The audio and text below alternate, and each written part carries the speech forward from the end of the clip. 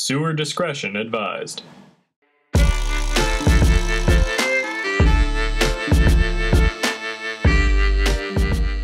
Welcome to Talk About Topeka. I'm Chris Schultz. Tonight, we welcome back to the show Nancy Johnson from the Community Resources Council.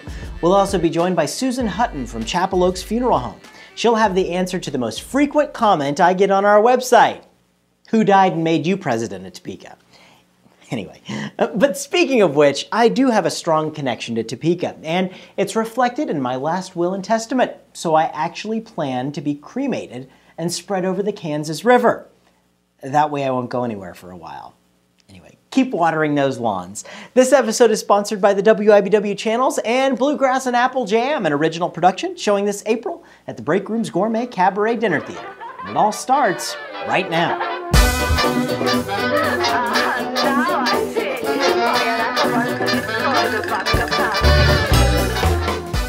If there was ever a way for a city to push Control-Alt-Delete, Topeka has done it in just 2 years. With all due respect to the previous leadership, Topeka has hired a new city manager. Jim Colson brings a fresh new voice and a rational tone to his office. He has the education and the professional credentials to keep our city moving in a positive manner. Topeka has a new mayor. Larry Wolgast has been an honorable leader with a proven track record of loyalty to our community. He's paid his dues and climbed the ladder in a respectable manner. We're seeing many new faces on our city council who are all eager to stand up for their constituents. The leadership has changed. The world has changed. Guess what? Topeka has changed too. And now it's up to us, the residents of the city. We must change. We must give these leaders all the tools that they require to lead effectively.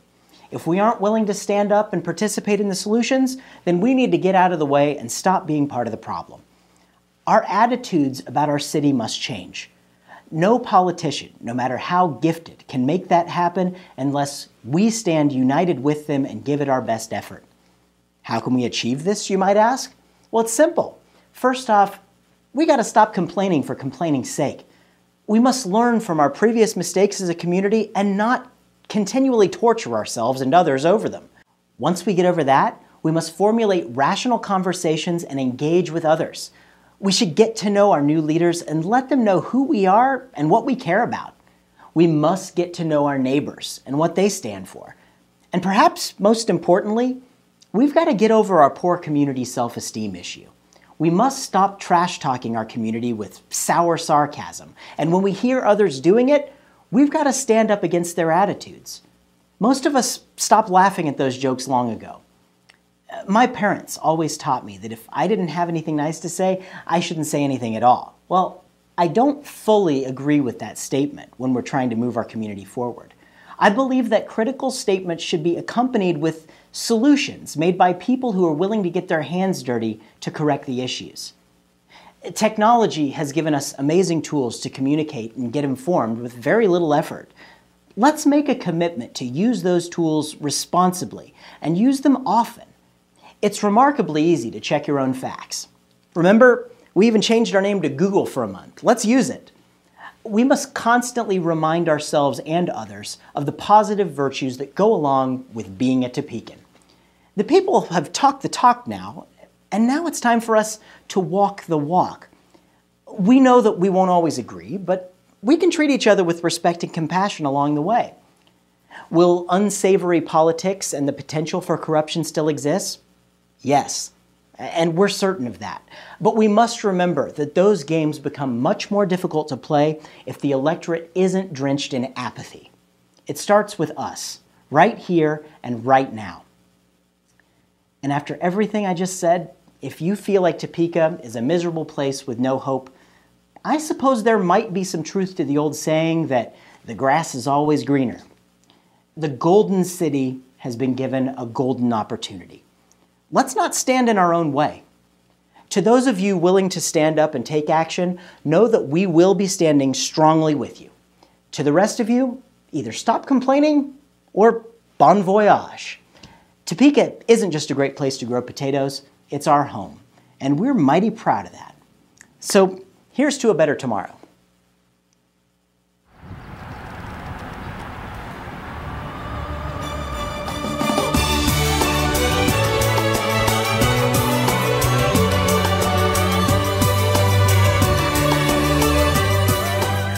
Well, I'm joined with a very familiar guest to our show. You might have recognized her.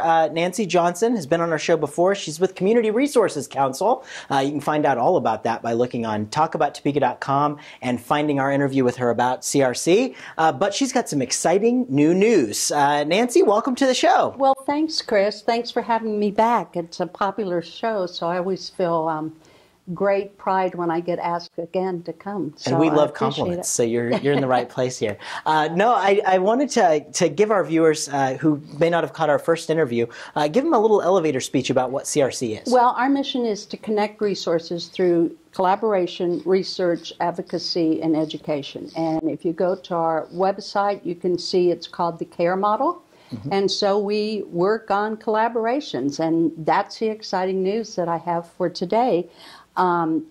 We are the catalyst of Shawnee County. We try to bring people together for the betterment or to solve opportunities. And what we saw, we knew there was a disconnect somewhere with people getting services versus having to go to one agency and 10 blocks later is another agency and 2 miles later is another agency. And so we'd been toying around the idea, what would happen if we took the resources to a neighborhood and really worked with them on trying to look at the neighborhood, how could we help the neighborhood? Well, about the same time, Safe Streets and Topeka Rescue Mission, we joined them with some conversations, mm-hmm. and all of a sudden we were in conversation with USD 501, mm-hmm. Larry Robbins, yep. and talking to him. Well, it was almost the perfect storm mm-hmm. of where you had a neighborhood school that had been decided that they were going to close for economics and communication and different reasons which are not important right now to the whole thing. Mm-hmm. You had Community Resources that was really trying to find a location that we wanted to make a difference in a neighborhood, and we wanted to start a model. Mm-hmm. And we had Topeka Rescue Mission that was really looking at what kind of program could we put in for transformation and to get people transformed, not necessarily out of poverty, but to be successful in poverty, mm-hmm. because it's not for us to judge if you're happy or not. So we went to start negotiations with 501, started looking at programming with Safe Streets and with Rescue Mission. Last week we signed, I guess it was 2 weeks ago, we signed the MOU with USD 501. And in July, we're going to be opening up the Avondale East Community Enhancement and Transformation Center. And for your viewers, what this means is that we're going to give nonprofits the tools to open up satellite areas within the school.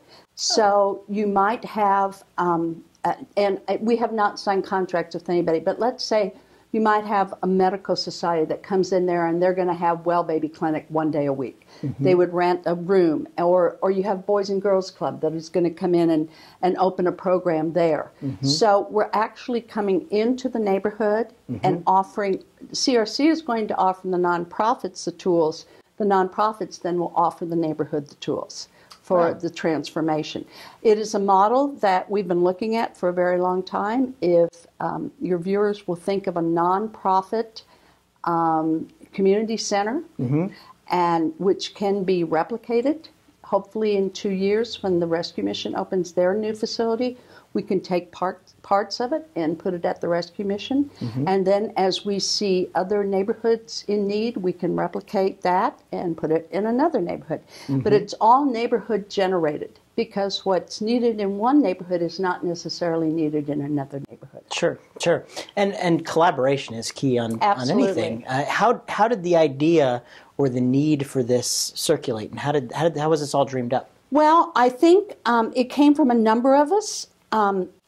CRC has always worked that we don't care who gets the credit as long as it gets done. Mm-hmm. I think it was the dream of a number of us that were listening to people that are less advantaged than we are, saying, you know, it takes me 2 days to get anything done at Social Security. I go down here and I have to get a food basket. I go over here for for help on housing. I have to go to Vallejo for mental health. And all of a sudden, when you start looking at all these factors, I mean, I'm a fairly intelligent person, although people might argue that. But I they argue with me too. I know. It's hard to be humble. It just is.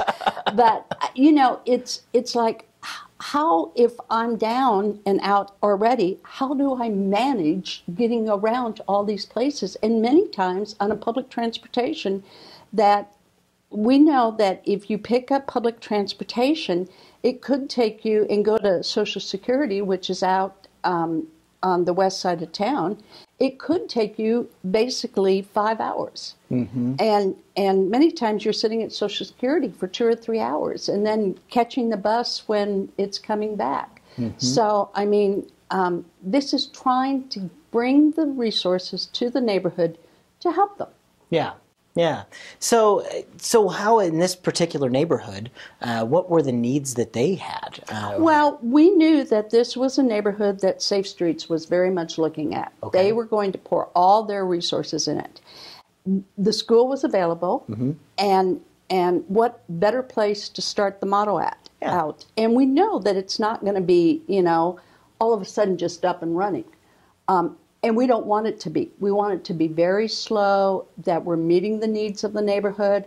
We want them to feel that, because it's their community center. Mm-hmm. It is, CRC is the underlying person who tries to bring everybody together so that it becomes a true community center, mm-hmm. and the neighborhood takes credit for it. Sure. I mean, we were in painting this weekend. We had the Washburn students in there painting, and one of the mothers was there with us, and she just stood there and she goes, "This was my 3rd grade classroom." So, I mean, the love that's in that whole area, that's where changes are going to be made. Right. We have to start at the basic level. Instead of starting up here with all the policies and everything, let's go back down to the root level and say, tell me, what do you need to be successful? Instead of us walking in and saying, you need X, Y, Z to be successful. Well, maybe they don't need that. Well, and you kind of think about this, you know, in different terms. You know, when it wasn't so easy for us to get around, we used to have neighborhood groceries. Right. We used to have things in our neighborhoods that were right there for us. So could this be technically seen as one of those projects that could be expanded to other neighborhoods instead of having? So the idea is kind of like taking a massive hub of something from someplace and kind of bringing it more out to the people. Exactly. As opposed to the corporate office is here, exactly. You must go here. Exactly. We look at it as, and I will tell you that CRC is the mother organization. This is one of our initiatives, but we have lots of other initiatives. Mm-hmm. This is the initiative we're putting a lot of time in right now because it's an initiative that we know we want to replicate when other neighborhoods come up, mm-hmm. i.e. the Rescue Mission. Now, we might have a housing specialist at Avondale East where we wouldn't at the Rescue Mission because they have the housing specialists there. Mm-hmm. So each neighborhood would be different, but one of our long-range goals as we're looking at our strategic plan with this is to bring in like a Sunday farmers market for fresh fruit, to make it a distribution point for harvesters, to work and teach people. I mean, the whole premise is to teach people how to fish versus mm-hmm. us fishing for them. Mm-hmm. And we're pretty adamant of any partner that comes in there is we cannot continue to be enabling people. We need to enhance them so that they can go out and do for themselves. Mm-hmm. And we're always going to have people, you know, I hear, I know people that, I mean, I see these big Cadillacs in the line for the harvester past, you know, the food thing. Well, and I always say, if I'm homesick and I can't get to the harvester's food, yeah. and Chris has, you know, Cadillac Super Seville, I sure wish you know, I did. with you know, the whole bit, he may be going to get it for me. Right. So CRC is always cautious of telling people, you know, you can't judge. You can't. Yeah, you can't judge a book by its cover. No, you really can't. And seriously, many of us are only a catastrophe away from a major medical bill, a major accident or something that all of a sudden all your savings are gone. And you're right there. Barry Feeker at the Rescue Mission continually says many people that were giving to me last year are coming in and getting our services this year. Yeah, and Barry's been on our show before, Right. so you can check out all about the Rescue Mission Right. With his interview as well. But it is something that you never can tell what situation you're going to be in, and why the information you're seeing right now may somehow be very relevant to you tomorrow. And I will tell you that USD 501 kept a commitment to the neighborhood. They told them that they would do something that would empower that neighborhood. And we feel like among the three of us with this coalition, really are delivering back to the neighborhood. So we're very, very excited. I think we're doing it slow, which, Cubby says you have to go slow before you can go fast. And so we're using that principle. Crawl before you walk, right. before you run. Exactly. Yeah. And because we know we're going to make mistakes, but let's learn from the mistakes. What goes into this neighborhood, and how do we continue to have it sustainable? Very good, very good. I certainly salute your efforts. Thank you. And what you guys are working on, and I wish you all the best of luck Thank you. with everything that's happening. Thank you. And another example of a community, Topeka, pulling together for its people. I think that's a wonderful thing. Nancy, though, of course, I can't let you leave until the lightning round happens. I know. And hopefully... we have a special guest. We have the resource dog. The resource dog is here in the studio with us. And she's probably going to answer these questions All for right, you. let's see here. This is Shaylee. Shaylee, check the questions out. Do you see that? Is that good? I think she approves. Yeah, I think she does. Very good. All right, we're going to put 60 seconds on the clock, and let's see where we go. Okay. Shaylee, you ready? I'm ready. All right, good deal. First question: what was your first job? I was director of the Convention Visitors Bureau in Manhattan, Kansas. Really? Excellent, excellent. Do you prefer cats or dogs? Dogs. You better. In your opinion, what was the greatest movie ever made? Gone with the Wind. You better say All Dogs Gone to Heaven, right? Marley and me. Let's give us one word that best describes your personality. Shy. All right. Do you prefer Facebook or Twitter? Oh, Facebook. If you're going to throw a party, what would the theme be? Wild and crazy. All right. My kind of party. You're always first on the invitation list. Excellent. Hey, well, of course. Where'd you attend high school at? Manhattan High School. In Manhattan. All right. If you could bring a dead celebrity back to life and ask them one question, who would it be and what would you ask? I would probably bring back Dean Martin, and I'd ask him how he just kept going with all the controversy on all the things that were going on in his life. Very good. I think Shaylee said Benji. Probably so. Wanting to know where. Yeah, I don't know. Anyway, that's all the time we have for you. Thank you so much for joining us, Nancy. I really appreciate that. Thank you so much. You bet. And Shaylee, thank you. Thank you for joining us. Thank you. Folks, check out Community Resources Council. How do they find out more information about you guys? crcnet.org. crcnet.org. Check them out.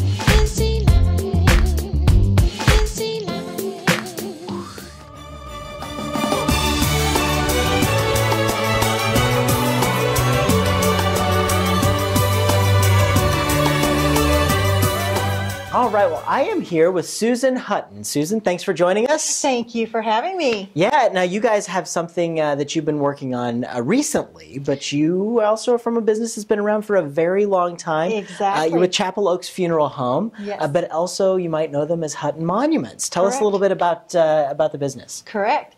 Hutton Monuments has been around a long, long time. The business was started in 1873.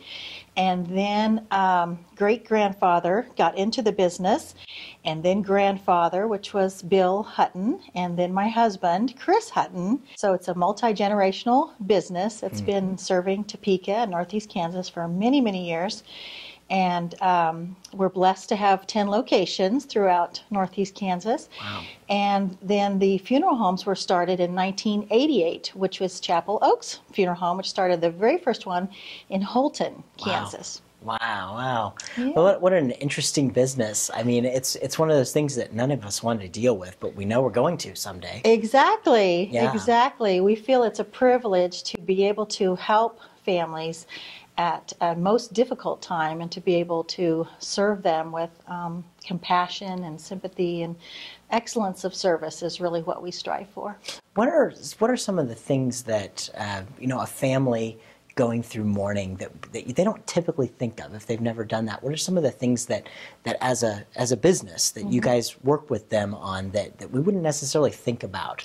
Well, one of the things is pre-planning, that it's just so helpful to your loved ones and to your families to economically too as well, to get some decisions made ahead of time that will alleviate pain and sorrow for the loved ones. If they've got things in place, well, we know mom and dad took care of all that, so it just really helps to have some pre-planning, and there's lots of ways to pre-plan your funeral as well as buying your monument ahead of time and just getting those things out of the way, and it just is a real help to families at their time of need. Yeah. Well, and you do see if you go to the cemeteries, you can actually see where people have got their plots, and not only just the plots, but they've got the headstones and everything ready for them. Exactly. Is that something that people have traditionally done, or is that something that's kind of a newer trend? I'd say traditionally they have done that now. Really? Yes, it's been the older generation, the greatest generation. They were very good about getting things in place and making their prearrangements, and just to help their families that alleviate those difficult decisions. And it really does provide a peace of mind for those families to know that everything's taken care of and we're doing it exactly like mom or dad or grandpa wanted it to be done. So it is a big help to have all that taken care of, and frees you up. And how's the industry changed? The whole world has changed. Oh, and how, dramatically. say in the last, since 2008, how's the industry changed? It's changed that people are more transitory. They're moving around, so they're don't have those ties to their family home as much as they used to. So they're going a lot more towards cremation.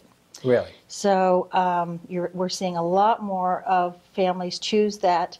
There's also a choice to, if you kind of want the best of both worlds, you can have a rental casket and have your goodbyes and have a memorial service and then do cremation at the end. So there are just a plethora of choices available. You can have a traditional service, or you can have cremation, or you can have the both. And how's the trend?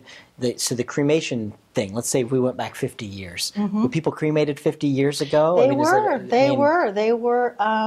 Was it a smaller trend? Yes, maybe 2% or 5% were cremated. Yeah. Now we're seeing 25 to 30%, and in some cities as much as 40 to 50%. So it's significantly changed. And it's really important that people think about, what's going to happen, and to make those plans, because it is a rather costly investment. It's something that is there. Absolutely. And it goes along with the territory, and we're all going to be standing in that line someday, or rather laying in it. That's right. So Right. It really does help to think. And what kind of services, or how do people pre-plan with you guys? Yes, they would come and make an appointment, or just call our office and come and see me, and I would give them several choices of putting it into the Kansas Funeral Trust, where it's safe and secure, and it goes right into an account with their name on it. And we're significantly less expensive than all of the other funeral homes. So we've been blessed, and we just want to pass those blessings along to our families. And we feel like that's the worst time to, charge an exorbitant fee. So, for example, we charge $975 for cremation, and another place in town is $1,700, and that's the cheaper place. Yeah. The other place is $2,500 for the same thing that we do for $975. So, it really does pay to look around and ask questions and and get exactly what you want done for your family. I know it's one of those times you don't want to have to ask a lot of questions No. at the time when you're forced to ask them, but you can ask them before. Exactly, exactly. Yeah, and it's something that was hard.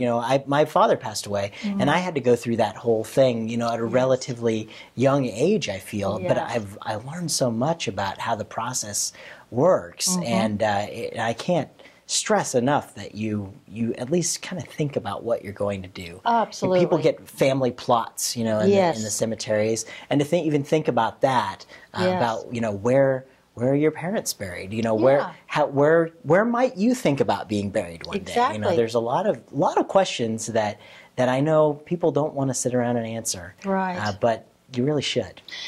That's true. They're difficult questions, but it will just give you such a peace of mind to have those done and out of the way. And even if you're at a young age, to start a savings account or start an account and just put away $25 a month or however much you can afford and budget. And it's just better to be safe and have all those decisions, those difficult decisions, made ahead of time. Mm-hmm. Yeah, and that's even one of the things that when people make decisions, how often they purchase a new car or how often they do whatever, those are all flexible. Yes. Death is not flexible. Exactly. It's not flexible. It's going to happen, obviously, to every one of us. So it really does free you up, like I said, just to give you peace of mind and economic savings to in this day and age. Just everything seems to be going up and up and up. I walked out of the grocery store yesterday with 3 bags, and I thought, this was $100. It's true. It's true. $100 only bought me 3 little bags. So yeah.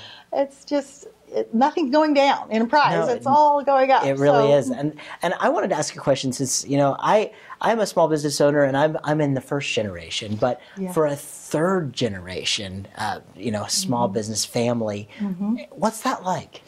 It's fantastic. It's great to be able to say, this is what Grandpa did, and to see the paperwork and to see he was actually did the chiseling and carved the names in the monuments. And it is a fantastic legacy that we are privileged to have paperwork from the ancestors that came over from England and had a little dugout in Alma, Kansas, and started here 5 generations ago. And so we get to picnic and do the Decoration Day. We still call it Decoration Day and Memorial Day to decorate those graves from the Huttons that came over from England. So wow, how cool. It's quite a legacy, and it's very privileged to got to marry into that family. Absolutely. That's wonderful. That's wonderful. Well, I can't let you go until we do the notorious lightning round. Yes. And that's where we put the 60 seconds on the clock and see where we end up after these questions come out, all right? Okay.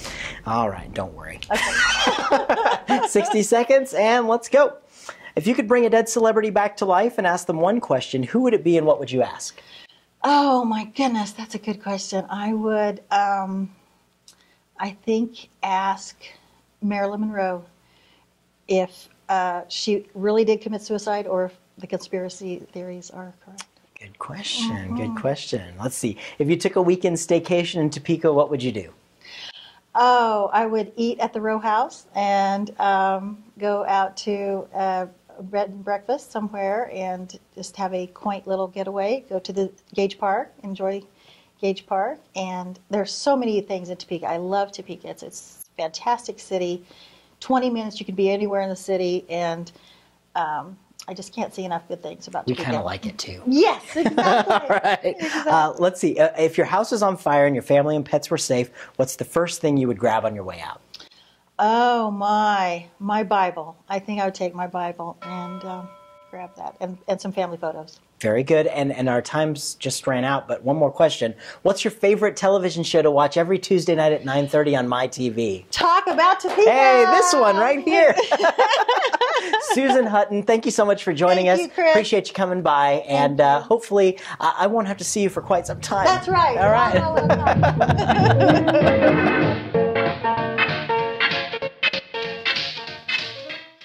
Thanks again to Susan Hutton and Nancy Johnson. This episode was sponsored by the WIBW channels and Bluegrass and Apple Jam, an original production showing this April at the Break Room's Gourmet Cabaret Dinner Theater. Remember to check out the Topeka newsletter, our master list of all the public events happening in Topeka. We're always up for locally related discussions on our website, or any of the other obvious choices. I'm Chris Schultz. We'll see you next week.